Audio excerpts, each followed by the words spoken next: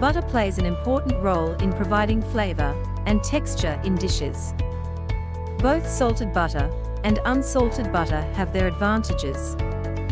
Salted butter is typically used in cooking savory dishes, and unsalted butter is generally used for baking desserts. One of the disadvantages of using salted butter is that there is not a certain amount of salt that is used. Each brand varies on how much salt they add to butter. This can make it difficult when using salted butter, as you may not know how much salt you are adding to your recipe. Some brands have up to double the amount of salt than other brands. The varying amount of salt in salted butter can also be problematic if you are trying to control your salt intake. According to the National Dairy Council, a stick of salted butter generally contains 1.6-1.7% salt.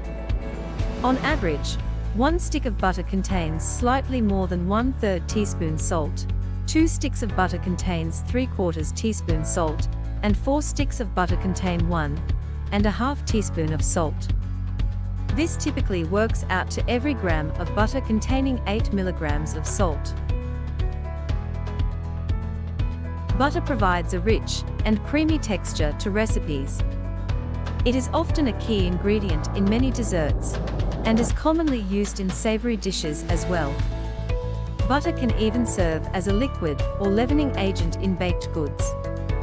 When used in cooking, it can provide fat and additional flavor. Salted butter is great for adding to pasta, sautéing meats and vegetables, spreading on bread, and making sauces. Using salted butter will help enhance the flavor in savory dishes.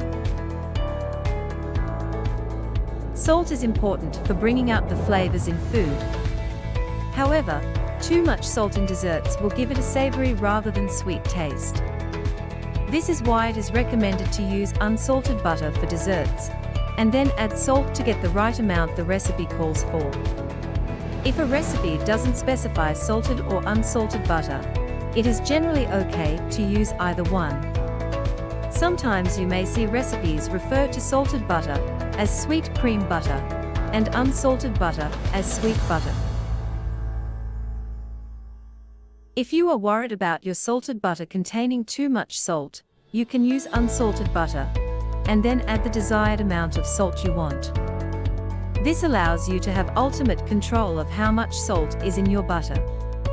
To substitute salted butter for unsalted butter, reduce the amount of salt that the recipe calls for by 1/4 teaspoon of salt for every stick.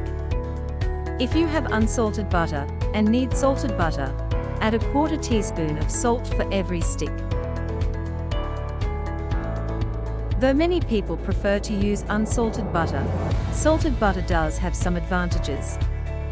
Salted butter can typically last around 4 months to 5 months when stored in the refrigerator. It can last up to 9 months when stored in the freezer. The salt acts as a preservative, which is why salted butter lasts longer than unsalted butter. Salted butter is a great choice if you like to use butter as a spread on things such as waffles, pancakes, bread, muffins, and biscuits. It will have more flavor than unsalted butter, making it ideal for adding it as a topping. With the amount of salt varying by each brand, using salted butter can be tricky. If you are wanting to know how much salt is in salted butter, you will want to take a look at the nutrition facts to get a better understanding. Typically, salted butter will have around 1/4 teaspoon of salt for every stick. In order to get your desserts baked just right, it is ideal to use unsalted butter. Salted butter is a good choice for using as a topping or in savory dishes. However, as long as you make adjustments, you can substitute the two if needed. If you like this video, don't forget to like and subscribe.